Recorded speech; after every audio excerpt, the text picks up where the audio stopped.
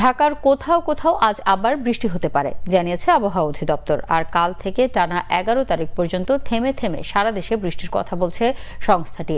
এ সময় কোথাও কোথাও বজ্র ও শিলাবৃষ্টির শঙ্কাও করছে তারা। এদিকে আজও রাজধানীতে ভ্যাপসা গরমে অতিষ্ঠ জনজীবন। বিস্তারিত জানাচ্ছেন মামুন আব্দুল্লাহ। রিকশাচালক শাফিন আহমেদ যেন ক্লান্ত পথচারীর বাস্তব প্রতিচ্ছবি। রোদের তাপ আর ভ্যাপসা গরমে নাকাল যখন রাজধানীবাসী, তখন একটু গলা ভিজিয়ে নিতে রাস্তার ধারের পাইপ থেকেই পানির চেষ্টা রহিম শেখের। কিছুটা স্বস্তির আশায় শীতল পরশ পেতে মুখ ভিজিয়ে নিচ্ছেন আহাদ আলীর মতো অনেকেই।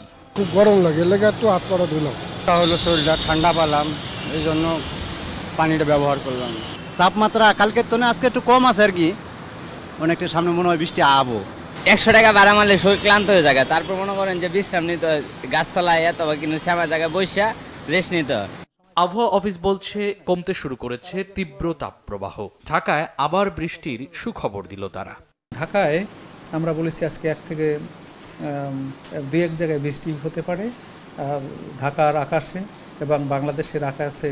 এখন পশ্চিম দিক থেকে মেঘমালা আসা শুরু করেছে, সুতরাং সোলার ইনসুলেশনের পরিমাণ কমে যাবে, বিদ্যমান তাপপ্রবাহের যে তীব্রতা তা কমে যাবে। তবে আমাদেরকে এই ঢাকায় আজকের রাতের দিকে 30% বৃষ্টিপাতের সম্ভাবনা রয়েছে। শুধু ঢাকা নয়, কাল থেকে সারা দেশে বৃষ্টি শুরু হতে পারে, আর তা টানা চলতে পারে 11 মে পর্যন্ত।